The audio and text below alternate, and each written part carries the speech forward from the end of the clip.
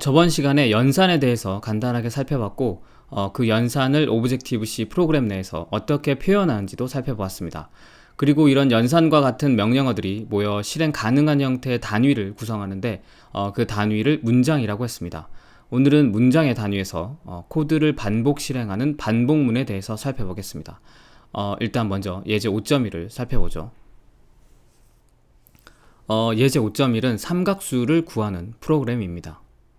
여기서 삼각수란 다른 게 아니라 이렇게 구슬로 이루어진 삼각형이 존재한다면 첫째 줄에는 구슬이 하나, 둘째 줄에는 구슬이 두 개, 이런 식으로 정렬되어 있는데 이 중 임의의 n차례의 위치까지의 삼각형을 만들려면 첫 번째 줄부터 n줄까지의 위치된 구슬의 개수를 알아야 하기 때문에 첫 줄부터 n줄까지의 구슬의 개수의 총 합을 구해야 합니다. 이 구슬의 합을 삼각수라고 지칭합니다. 예를 들어 다섯 번째 삼각수를 구해보면 첫 번째는 한 개, 두 번째는 두 개, 세 번째는 세 개, 이렇게 해서 다섯 번째까지의 구슬의 합인 15가 삼각수가 됩니다. 이렇게 숫자로 표현한 것을 보면 1부터 5까지 합을 구하는 것처럼 임의 n번째 삼각수를 구하려면 1부터 n까지의 정수의 합을 구하면 삼각수가 나오게 됩니다. 다시 예제 5.1로 돌아와서 이 프로그램은 8번째 삼각수를 구하는 프로그램입니다. 내용을 살펴보면 일단 triangular number라는 정수형 변수를 하나 선언했습니다. 그리고 그 변수에 8번째 삼각수인 1부터 8까지 합을 더해서 그 더한 값인 36을 대입했습니다. 그리고 nslog를 사용해 그 triangular number 변수의 값인 36을 출력했습니다. 한번 실행시켜보면 이렇게 결과값이 36이 나온 걸 볼 수 있습니다. 지금 이 프로그램은 8번째 삼각수를 구하려고 1 플러스 1, 2 플러스 3 플러스 4 플러스 마지막 8까지 더하는 식을 사용했습니다. 그럼 이 프로그램 방식으로 200번째 삼각수를 구하려면 어떻게 해야 할까요? 1 플러스 2 플러스 3 플러스 마지막 200까지 다 더하는 코드를 작성해야겠죠. 이때 유용하게 사용할 수 있는 형태가 반복문입니다. 프로그램을 작성할 때 어떤 문장을 반복해야 하는 경우 직접 그 문장 하나하나를 수천 줄씩 써서 반복할 수도 있지만 반복문을 사용하면 매우 짧은 코드를 사용해서 효율적으로 프로그래밍을 할 수 있게 됩니다. 만약 200번째 삼각수를 구해야 한다면 200번째 삼각수를 구하는 식도 1부터 200까지 더하는 식을 반복해야 하는데 이를 수작으로 써놓지 않고 반복문으로 대체할 수 있게 됩니다. 반복문으로 대체한 예제가 예제 5.2입니다. 예제 5.2는 200번째 삼각수를 구하는 것으로서 반복문을 사용해서 그 삼각수를 구하는 프로그램입니다. 이 부분이 반복문을 나타내는 코드 부분입니다. 그럼 처음부터 살펴보죠. 먼저 정수형 변수로 n과 triangular number라는 이름의 변수를 선언했습니다. 그 다음 triangular number라는 변수에 0이라는 값을 대입했습니다. 여기서 새로 배울 부분이 있는데 이 부분을 초기화라고 합니다. 우리가 앞에서 배운 대로 보면 이 코드는 방금 말했듯이 triangular number라는 변수에 0이라는 값을 대입하는 코드인데 이렇게 왜 초기화라고 지칭하는지 한번 그 이유를 살펴보겠습니다. 바로 앞 코드에서 triangular number라는 변수를 선언했는데 앞에서 배운 대로 변수를 선언하면 기억 장소가 할당이 됩니다. 이렇게 처음 할당된 triangular number라는 기억 장소에 이 코드가 실행되기 전까지는 저장되어 있는 값이 어떤 것인지는 알 수가 없습니다. 왜냐하면 이 예제가 실행되기 전에 앞에 실행되었던 프로그램이 무엇을 저장시켰는지 알 수가 없기 때문입니다.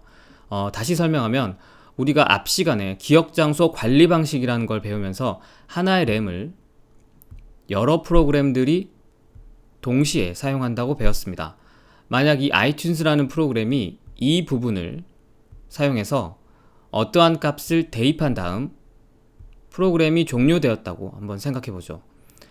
이때 기억 장소에 저장된 값은 새로운 값이 저장될 때까지 없어지지 않기 때문에 저장된 값은 계속 유지되어 존재하게 됩니다.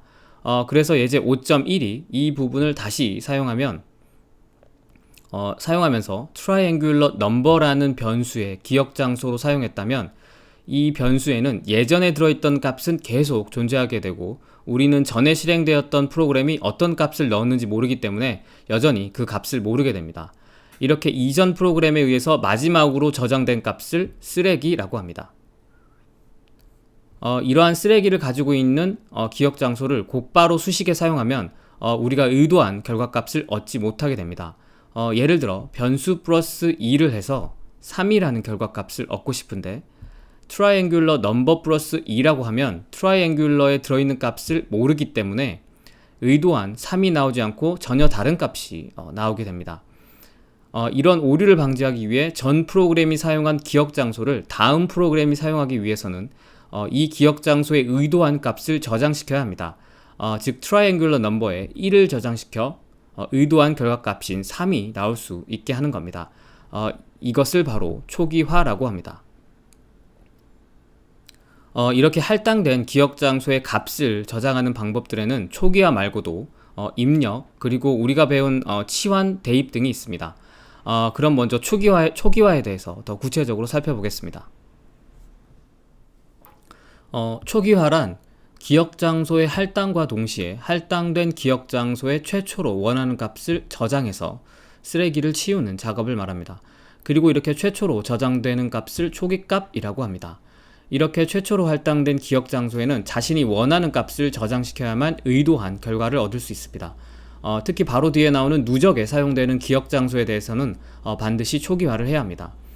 초기화 형태는 우리가 변수에 어떤 값을 대입하는 것과 같이 이런 형태를 사용합니다. 즉 변수에 어떠한 값을 입력하는데 이 입력하는 행위의 의미 부여에 따라 초기화로 볼지 대입 등으로 볼지가 결정되는 것 뿐입니다. 다음으로 입력에 대해서 살펴보겠습니다.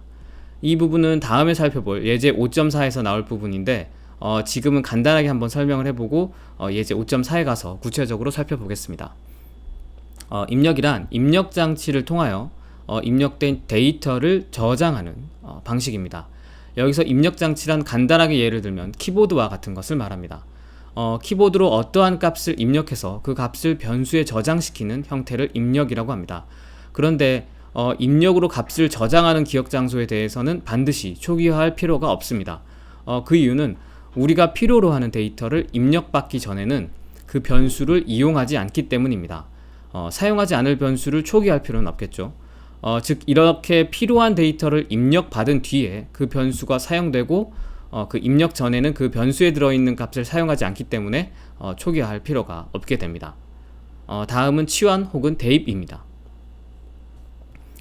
이 부분은 우리가 앞에서 계속 사용했던 것으로 상수, 변수, 그리고 구해진 값으로 기억 장소의 값을 저장하는 방식입니다.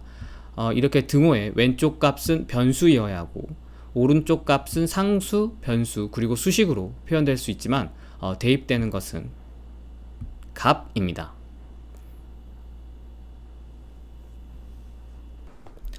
다음으로 치환 혹은 대입 방식 중 하나인 누적에 대해서 알아보겠습니다. 우리는 앞에서 카운트는 카운트 플러스 1의 형태의 코드를 살펴보았습니다.